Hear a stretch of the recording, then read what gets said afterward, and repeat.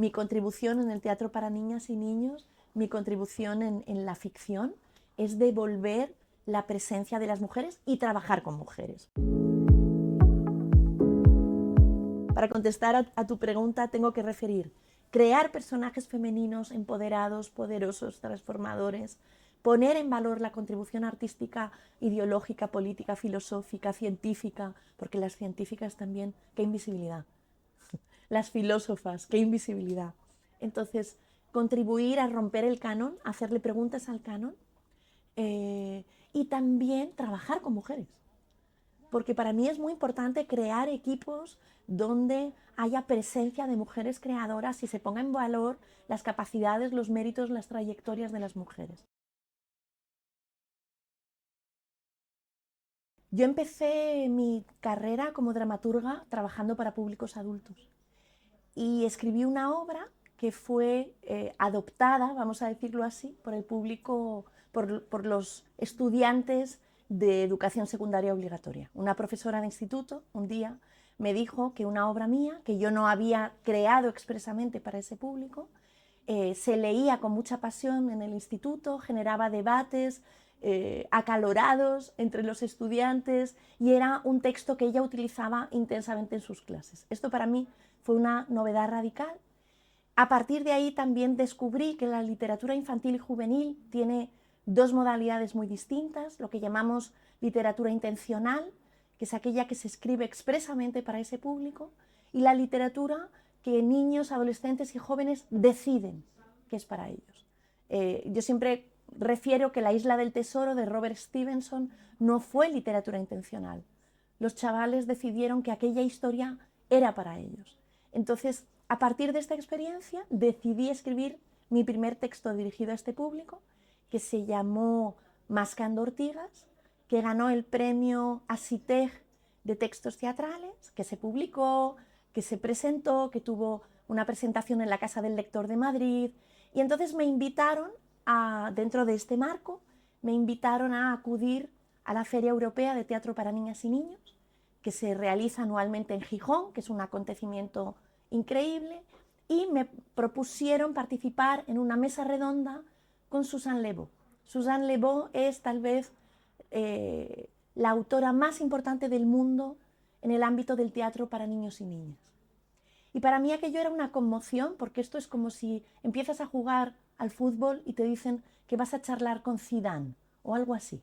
Entonces yo llevaba preparado un texto, en el tren, camino de Gijón, aquello me pareció absolutamente irrelevante, aquello no tenía ningún interés, fingí que no me encontraba bien, me fui al hotel, lo cambié todo, articulé un nuevo discurso y cuando llegué a la mesa redonda me dijeron, tienes que empezar tú. Entonces yo ya tenía un pánico espantoso porque encima tenía que empezar antes de Suzanne. Y entonces leí lo que había preparado y cuando terminé, Suzanne dijo, esto refleja mi trayectoria, mis 40 años de vida en el teatro, ¿no? me sigo conmoviendo, ¿no? Porque, bueno, fue muy emocionante. Y lo cierto es que desde ese día Susan se convirtió en un referente, hoy es amiga, hoy es parte de mi familia, ¿no? Entonces, bueno, ese fue el origen de esta situación, de este proceso y de esta aventura. Empatía es una palabra muy importante. Y es muy importante porque uno de los problemas que tenemos en la vida y en el teatro es un trato banalizador, reduccionista, condescendiente o paternalista con las infancias. Dice Suzanne Le Beau que uno de los problemas que tenemos cuando escribimos para niños, niñas y adolescentes es el problema de la doble autoridad. Es la autoridad del adulto sobre el menor de edad por la convicción de que el adulto tiene conocimiento y el niño es ignorante, el adulto está completo y el niño está en proceso, el adulto sabe qué es lo correcto y el niño está descubriendo el mundo. Esta premisa es muy peligrosa porque genera un discurso que a la postre es reduccionista. La doble autoridad conlleva, además, la posición de superioridad del artista frente al público. Si escribes desde la doble autoridad, tu trabajo va a ser didactista, va a ser un discurso donde va a haber superioridad y pretenciosidad. Y hoy sabemos que paternalismo y condescendencia son formas de machismo. Muchas mujeres en el mundo han sido tratadas desde voy a explicarte cómo es el mundo, voy a explicarte cómo es la vida. Eso lo padecen niños y niñas en nuestras sociedades todos los días. Solo si tienes una perspectiva empática, solo si no te colocas en un pedestal de superioridad frente a niños y adultos, puedes escribir para ellos. El mundo digital es complejo y nos propone más preguntas que respuestas.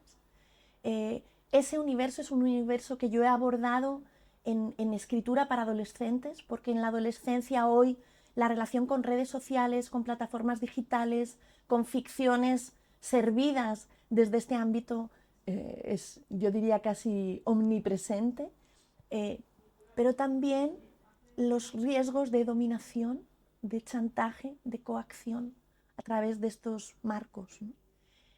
Incluyendo qué impacto tiene y qué sesgo de género tiene todo este universo.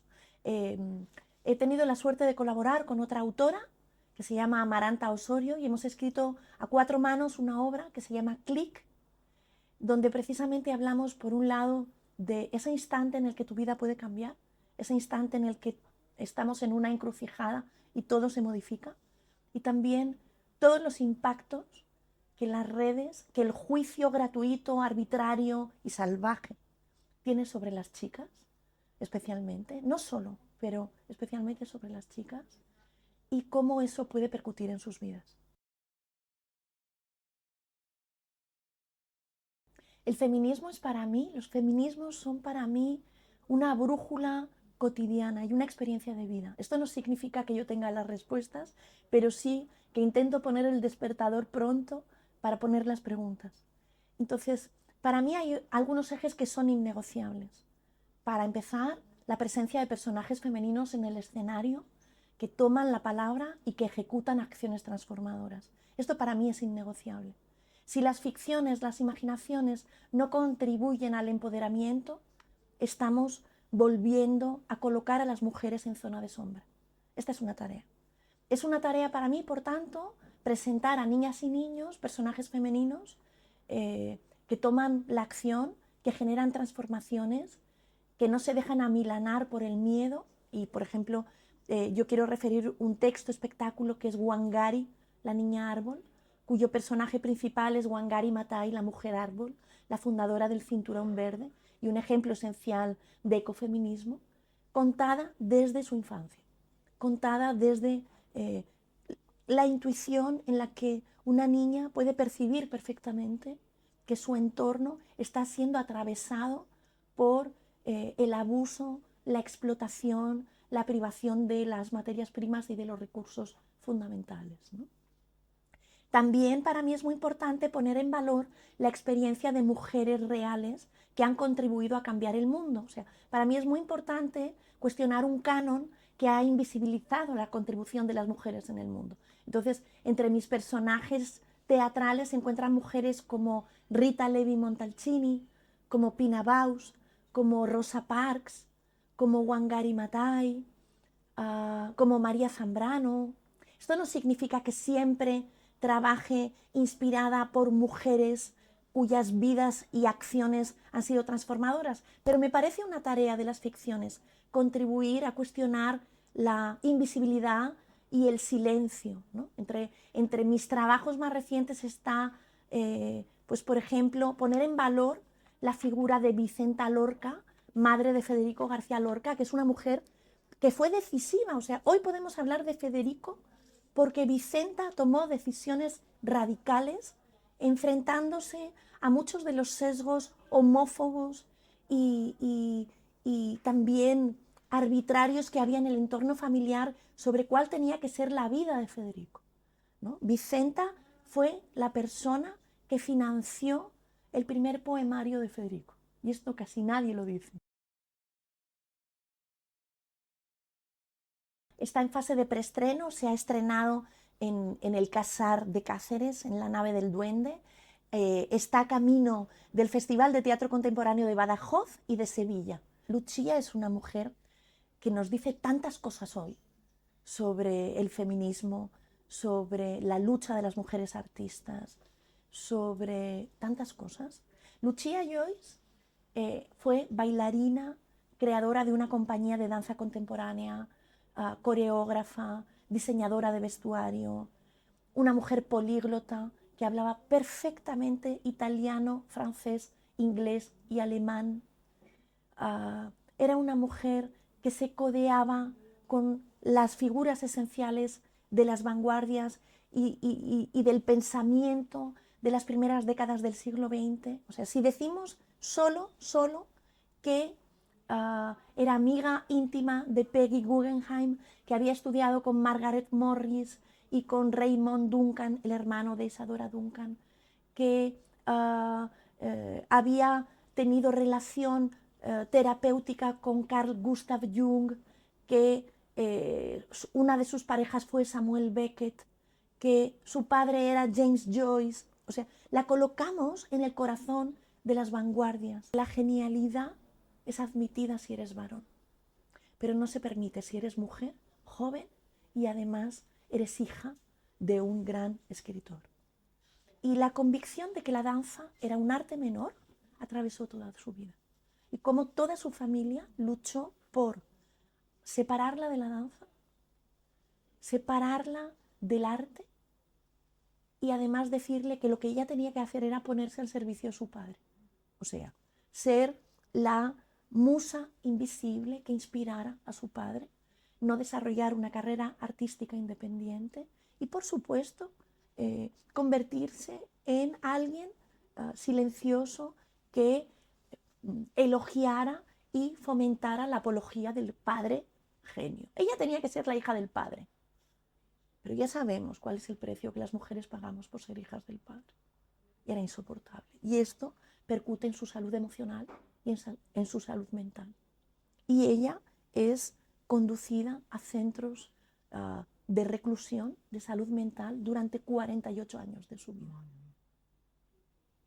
Entonces, Lucia es una mujer que hoy nos habla de tantas cosas, de la salud mental y emocional de las mujeres, y cuántas veces se ha empleado con ligereza el término loca para referir entornos hostiles y para referir también la situación de familias desestructuradas. Es decir, si hoy aplicáramos los términos que tenemos de la salud emocional y mental, hoy diríamos, Lucia fue una hija ubicada en el contexto de una familia desestructurada, con negligencia parental, con un entorno parental de adicciones, donde seguramente su marco era el de ser una mujer altamente sensible y que está viviendo unas agresiones fácticas y simbólicas que la rodean, que la impiden una emancipación y el desempeño de su carrera propia. No lo veo como una realidad absoluta, me parece que es una realidad que debemos matizar, porque por un lado, y permíteme que cuente una anécdota personal, si es posible, yo tengo 2 hijas y una de ellas en el instituto un día me dijo, mamá, hoy le he enseñado algo a mi profesor que no sabía. Y yo dije, ¿el qué? Y me dijo, el concepto de techo de cristal. Y yo me sonrojé porque yo dije, wow, es que a mí me costó años. O sea, mi hija tiene 16 años y sabe lo que es el techo de cristal. Y a mí me costó años, me costó eso que Celia Amorós llama la fase de olfato, porque la desigualdad huele mal y puedes empezar a intuirla antes de tener una lectura crítica, antes de tener una conciencia articulada en el feminismo. Ella ya lo sabe. Ahora tenemos que conseguir que ese concepto desaparezca. Entonces, creo que entre las chicas hay un movimiento de puesta en valor, de reconocimiento del trabajo que las generaciones precedentes de los feminismos han ofrecido. Ellas saben mucho más y mucho antes que la generación a la que yo pertenezco. Y para mí esto es clarividente. Los chicos tienen trabajo, porque la pereza es un camino para el fascismo. Entonces, el quedarte en tu zona de confort, el desarrollar las melancolías de mundos presuntamente más confortables, es una praxis que no solo los jóvenes, algunos hombres de más edad están habitando, ¿no? Y ahí yo creo que tenemos tarea también en contrastarles modestamente con la realidad y con la verdad. En torno al 2001, un grupo de mujeres de las artes escénicas empezamos a reunirnos conscientes de que el asociacionismo siempre es un espacio de valor para las mujeres, que una mujer más una mujer son algo más que dos mujeres, son mucho más. Y esto nos llevó a crear la primera asociación de mujeres en las artes escénicas de Madrid, a la que llamamos, con toda la intención, Marías Guerreras, con un doble propósito. Primero, para poner en valor el nombre de la que entonces era la única mujer que daba nombre a un teatro de Madrid por motivos profesionales, porque teníamos teatros como el Infanta Isabel o el Reina Victoria que daban nombre a teatros, pero por motivos de linaje, no artísticos. María Guerrero era la única mujer que tenía un teatro visible en Madrid, y entonces nos llamamos Marías Guerreras por darle homenaje a ella, y también como un juego de palabras para vindicar también que éramos mujeres guerreras en son de paz. Entonces, fue la primera asociación constituida en Madrid y era interesantísimo porque nos preguntaban, ¿para qué? ¿Qué necesidad tenéis de reuniros y de trabajar en equipo si lo habéis logrado ya todo, si estáis de moda? Yo decía, al próximo que me diga que estamos de moda, le pego un bolsazo, porque no soporto ese tipo de banalizaciones, ¿no? ¿No? Por eso es tan importante que el feminismo documente la desigualdad, con datos, con muestreos, con documentos, lo que están haciendo las compañeras de CIMA para denunciar la violencia sexual en el audiovisual es imprescindible. Lo que están haciendo las compañeras de clásicas y modernas para explicar dónde estamos las mujeres en las artes escénicas, en el mundo de la literatura, de la edición, es decisivo, porque es que los discursos de la facilidad hay que pararlos enseguida y hay que detenerlos sin ceremonias, ¿no? Entonces, muchas compañeras incluso también habían abrazado esta pregunta, porque Celia Morós dice, el esclavo no tiene el deber de tener conciencia de esclavitud, y yo lo suscribo absolutamente. Hace falta un proceso de conciencia, hace falta un desmantelamiento crítico. Y trabajar en equipo, escuchar a las mujeres, darnos espacios propios, es la oportunidad de nombrar eso que muchas veces no nos permitimos nombrar. Yo aquí quiero recordar cuánto de importante ha sido el Me Too como un movimiento transversal que ha afectado a las mujeres no solo del mundo del espectáculo, de todas las esferas, y no solo de los Estados Unidos, de todos los ámbitos. Pero para poner palabras, para nombrar lo que duele, hacen falta espacios de mujeres. Hacen falta experiencias donde el nosotras sea una oportunidad. Creo que vivimos un momento importante. El patriarcado no quiere morir y prefiere morir matando. Y esto lo sabemos. Pero ahí creo profundamente en la capacidad de lucha de las mujeres.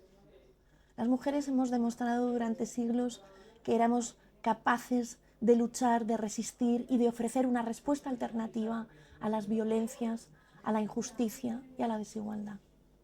A mí me conmueve ver un movimiento feminista transversal, integrador, activo, que está en la lucha por la humanidad. Decía Patricia Ariza, la creadora, directora de escena y actriz colombiana Patricia Ariza, que hoy nos jugamos la humanidad. Y es así, o sea, lo que nos estamos jugando hoy es la noción de humanidad. Y ahí a mí me conmueve y me enorgullece ver un movimiento feminista activo que se confronta efectivamente con todos aquellos, y en algunos casos también algunas mujeres, que quieren participar de la involución. Pero el feminismo sabe que ya no hay marcha atrás y la sociedad sabe que no hay marcha atrás. Que la amenaza, que la coacción es insuficiente, que la respuesta de las mujeres, y en la historia reciente de España lo sabemos. Entonces, los derechos de las mujeres son conquistas que son innegociables. Y frente a quienes pretenden asustarnos, medrarnos y hacernos creer que son derechos reversibles, la respuesta va a estar en la calle y en las urnas. Yo creo en eso.